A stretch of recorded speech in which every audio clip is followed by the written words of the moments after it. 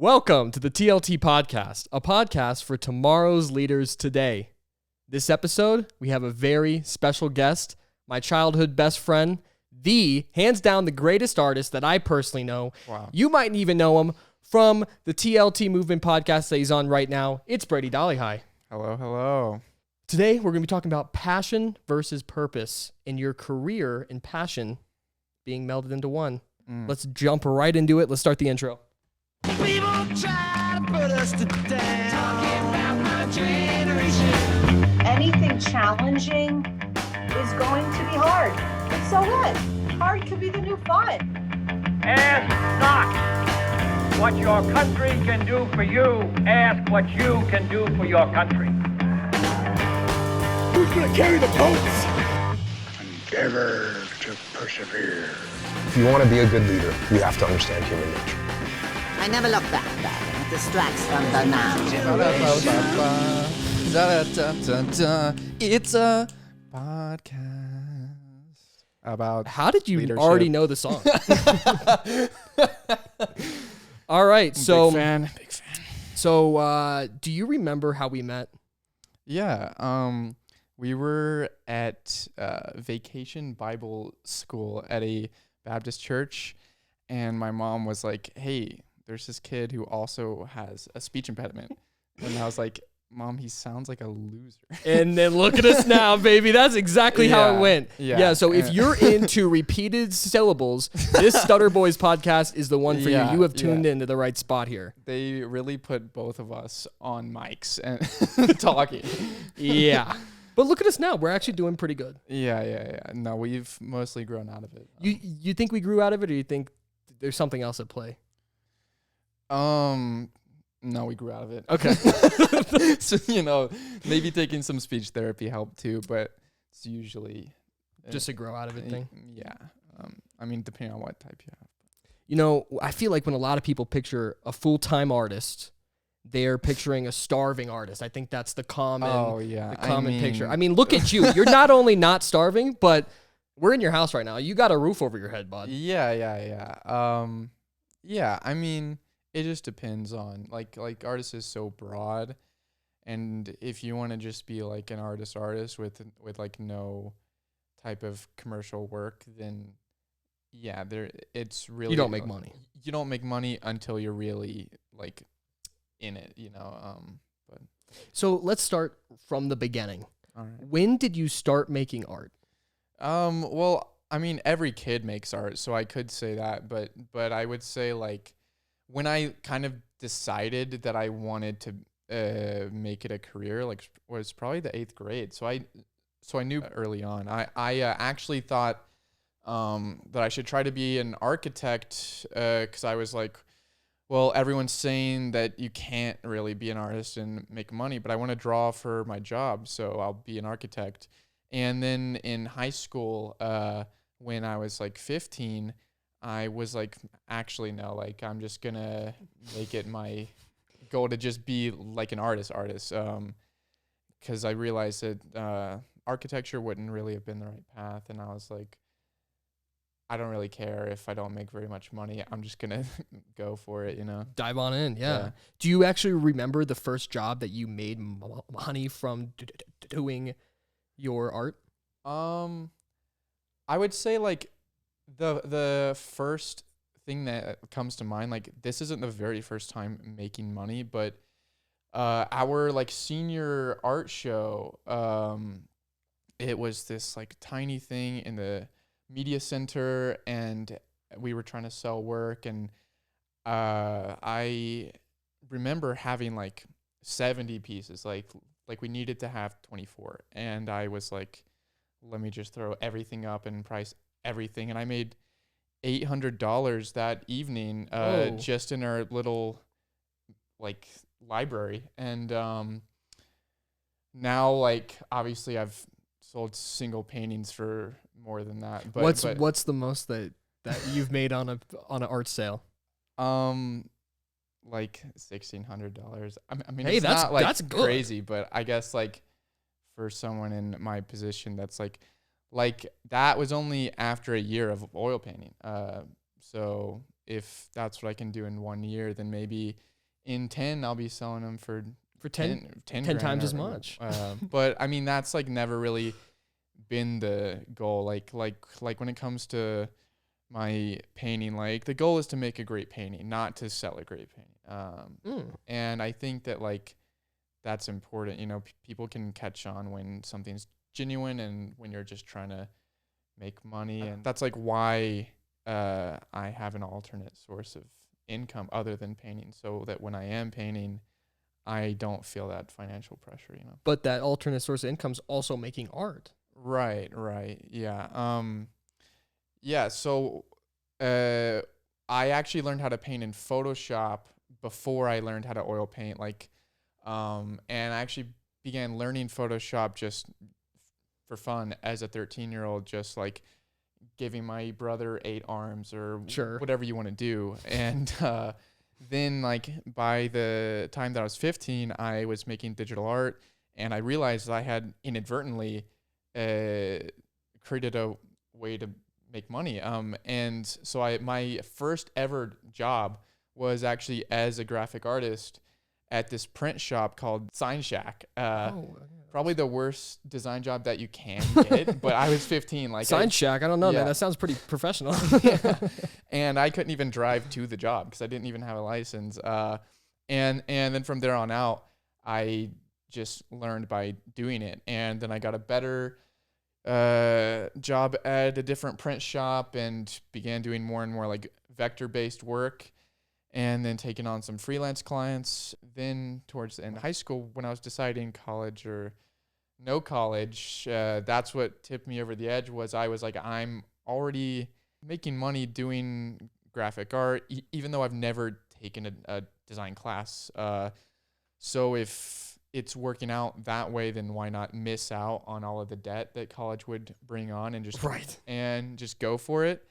And that's when we tried to live together. Yeah, so he moved out senior year. He moved to Colorado from Georgia, and it did not work at all. We were going to create an empire. We were going to create a business, and we ended up just sitting on the couch and watching TV. Yeah, like I thought that I was just going to be able to freelance full time right out of high school. Not the case. Why not? Well, when you freelance, there's one-time projects and there's regular clients. How are you making money right now to put this roof over your head to pay the bills? So currently, my main source of income is doing freelance work. So like illustrations for packaging. Like I have a handful of clients that keep me pretty busy. In addition to the packaging company, there's a guy in New York that has me do work for like restaurants. And so a New York client, that's super cool. Have you got a chance to actually fly out there? Yeah. I didn't even realize that the work that I was doing was for such a fancy restaurant, and they like treated me, and it was super cool. Like seeing like my work like on the menus and various other things that they had. That is pretty cool.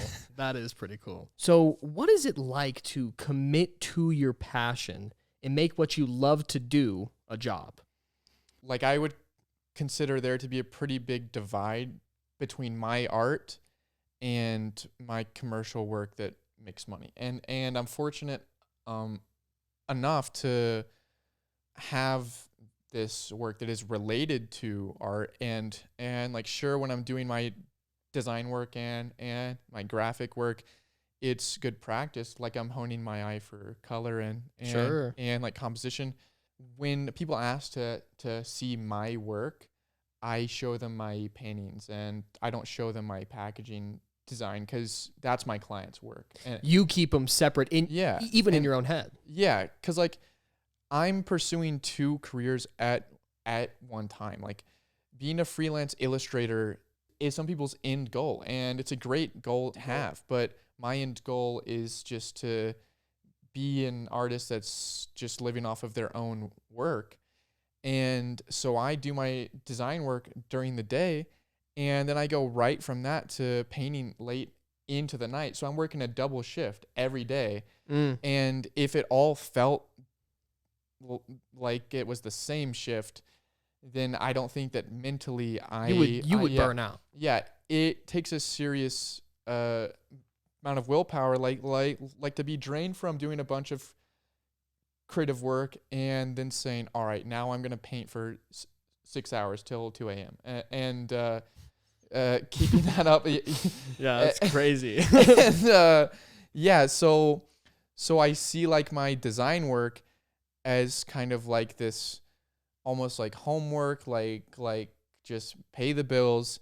And so then I feel this kind of release where I get a second wind when I go to do my own paintings, because I'm like, this has nothing to do with money. This has nothing to do with pleasing anyone but myself, really. And it like feels like this greater thing. And I think it's important to also like realize that you're gonna have to make those compromises. Like if I told myself, oh, I'm not gonna do the freelance work, I'm only gonna do the painting, then I wouldn't have the money to buy the paint. You'd be on the street. Right. Well, I have a family, but right, okay.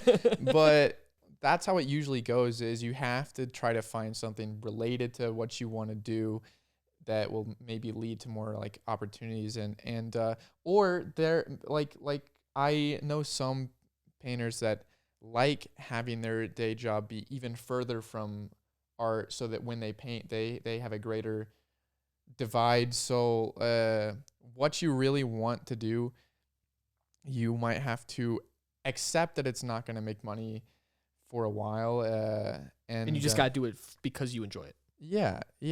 Like I said, like some people want to be a freelance illustrator and that's their end goal. So I'm very grateful. In your experience so far, you would recommend to other young people to, if they're gonna pursue their passion as their career, you gotta separate it somehow, or else it's gonna get a little too fuzzy and it's gonna feel like work. Because that's something that I've fallen into personally. I have been interested in video for, a decade now, since I was like 12. And I've been making YouTube content. I used to be so obsessed. I would make videos in high school, all for fun, because I didn't have any bills. As soon as I moved out, I became very aware that I'm an adult now. I have to make money. I can't be a bum. And so I was like, all right, I know how to do video. I don't know how to do much else. So I'm just going to do this. And it's gotten to the point now where I work on client videos all day long.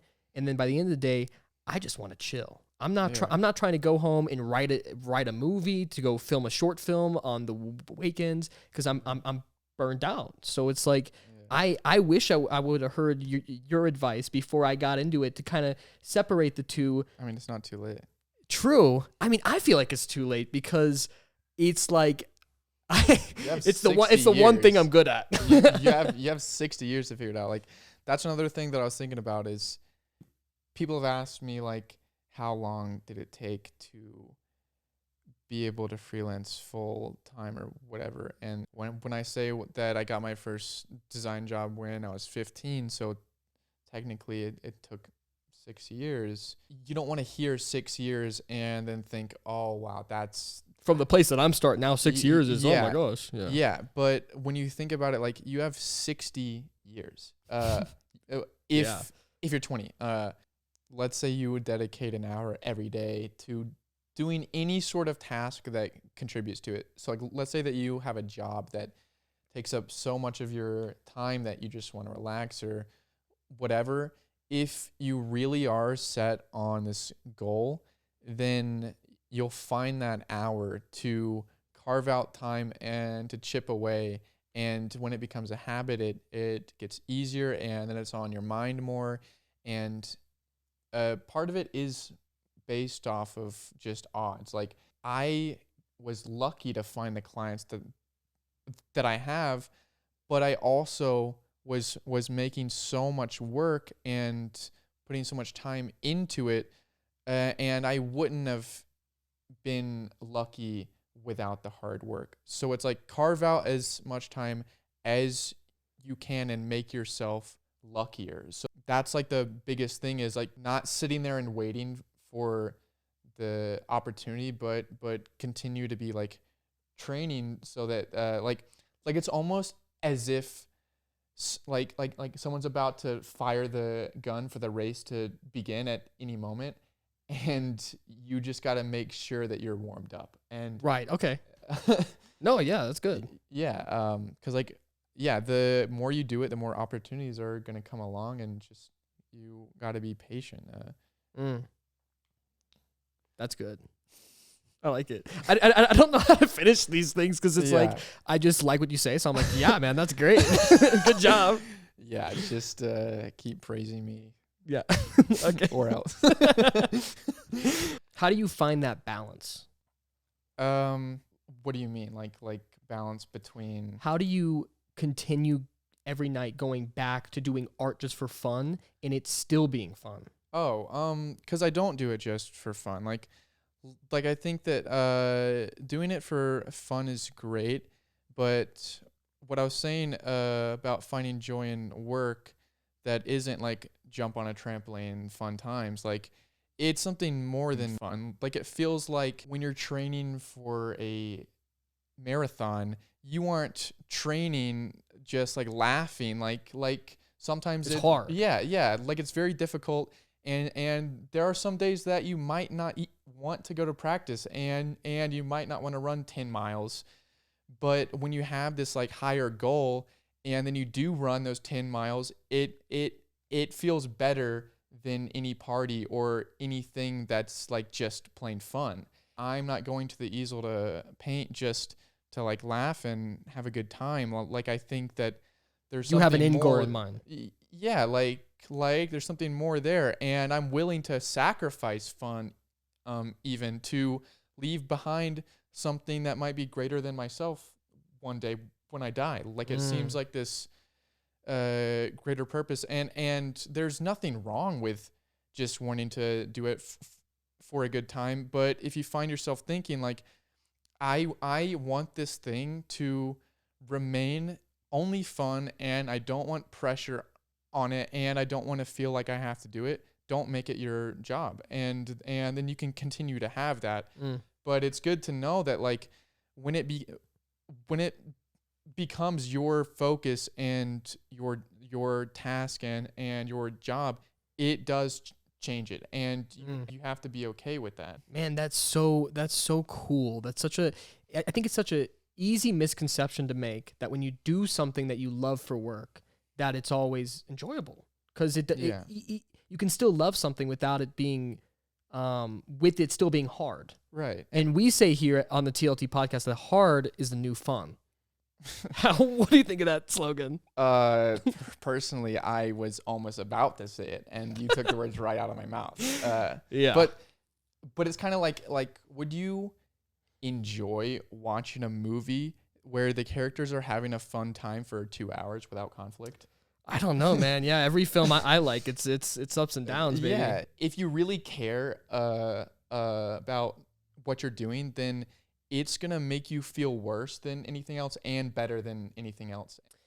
Yeah, man. It also sounds like to me that when you're doing this in the short term and you're making these paintings, you're making this digital art, you have a grand idea in mind. Like from what I feel like you just explained to me is, at the end of this life, you want to have something that you've created that outlives you, that's bigger than you. That's what would you like to accomplish with your life, where you look back and you're like, I did a good job?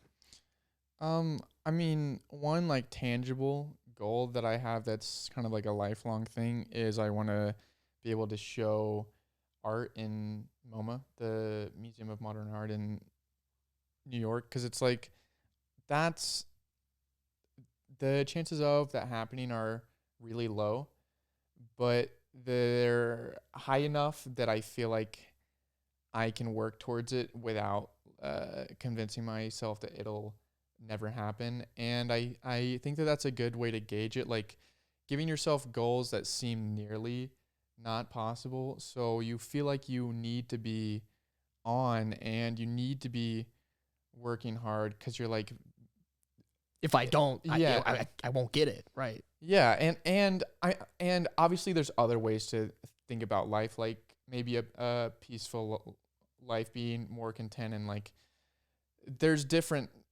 philosophies. Yeah, sure. yeah. But that's kind of how I think about it. Is I like having this overarching thing so that when I wake up, like I don't have someone giving me tasks. Sure, I have clients, but basically like nothing is laid out for me. So even if I do have projects that I need to do, no one tells me when to do them, or you got to motivate yourself. Right. Yeah. Like I need something like I have to be a self-propelled wheel pretty much. And so you have to kind of create this kind of image that you're going for. And then even if you do get there, make a new one. So that you have something else to look forward to. Yeah. And when you say that you're successful, it isn't like a place that you've gotten to. It's more of a path that you're going down. And going down a path that you're happy to be going down, that's everything. Because it doesn't really end until death. And sure, like you can say, like, I want to see this view, like on this path. Like I want to at least make it that far. If you're on that path, like even if you haven't made it to that great viewpoint yet, you are successful because you are because you haven't quit. Yeah, like as long as you're going in that direction, that's the only thing that's gonna satisfy you, is continuing to move. And it's never just getting to that viewpoint and then just sitting down and being like, "This is it. Time to retire." Because like obviously you do want to pause to smell the roses, but the hike and the progress is more so the goal, you know? Is it ever a little daunting to you as a professional artist at 21 years old to have your work looked at by critics or other artists who have been in the game for decades longer than you? Yeah, definitely.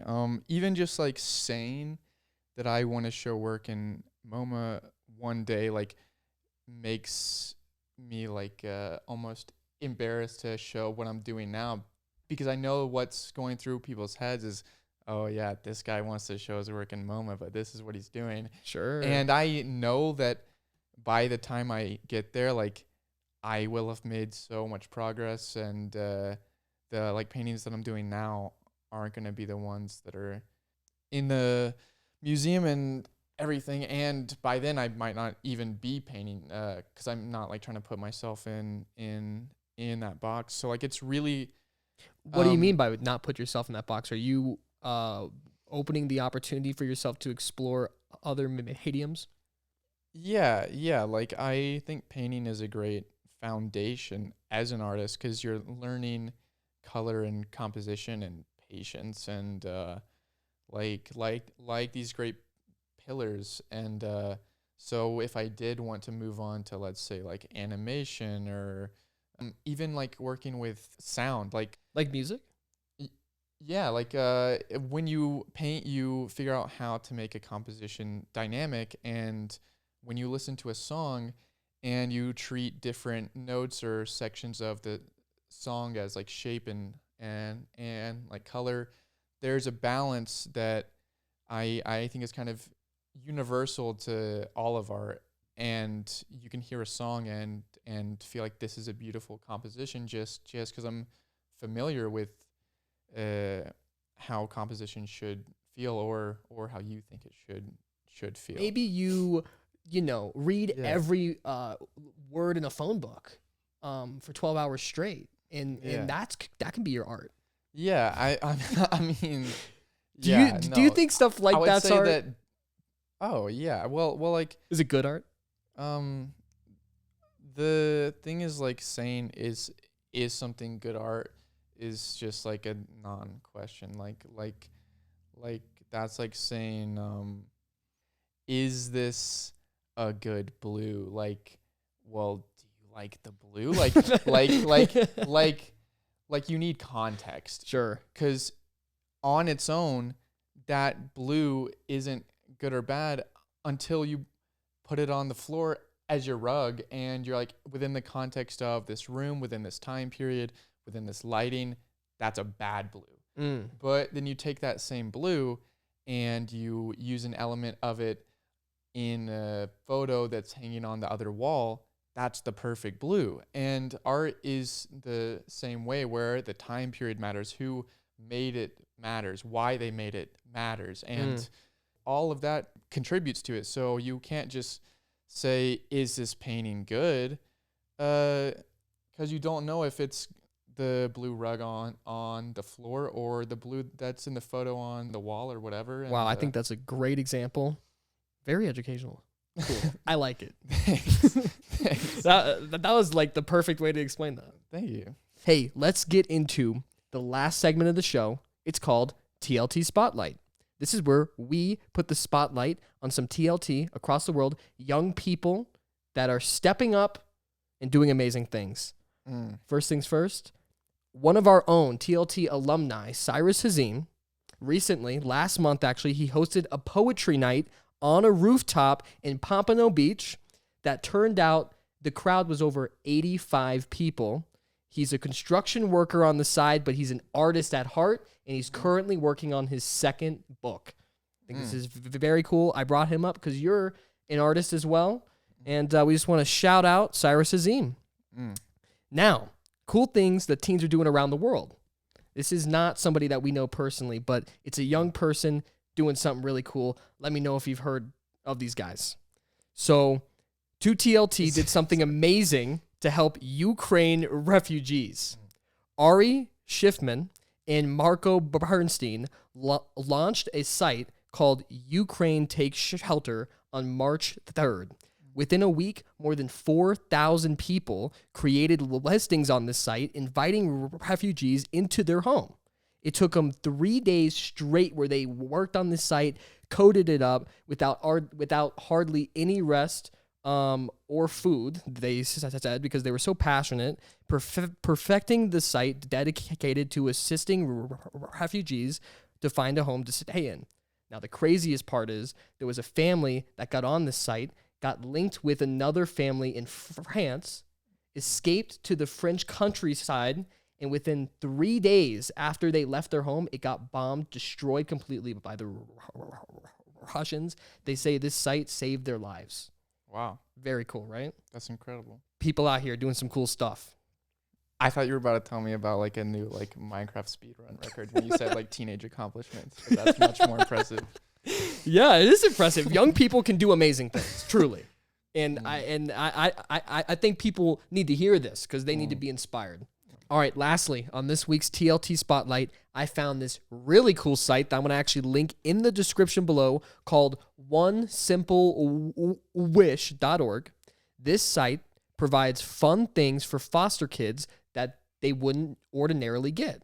And so it's a fantastic fundraising site to uplift young TLT and their passions. Since today's episode was about art, I actually gave an acrylic paint set to Katie from San Francisco for only $49. We had the opportunity to bless this young girl and possibly assist her in becoming the next world-renowned famous painter. Isn't that cool? That's amazing. Super cool, right? Sometimes that's all it takes to change the course of someone's life. Exactly. You know, Henri Matisse, one of the most famous painters, he was put into law school by his parents, and he got sick, and someone gave him some paints while he was sick to keep himself busy. And then after that, he dropped out and became one of the greatest painters of all time. So that's fascinating. Yeah. That's super cool. We could create that same story right here with oneSimpleWish.org. All right, guys, that's been our show. It's gotten dark. I know. I'm going to try to color correct, but it looks so dark. Brady, I appreciate you coming on, being a part of the show. It's been a blast. I learned a lot about art, and I hope you did too, and a lot about career and passion and purpose and career. And how the universe is expanding. We did learn a little bit about that. All right, man. Well, thank you so much, and see you guys next week. All right.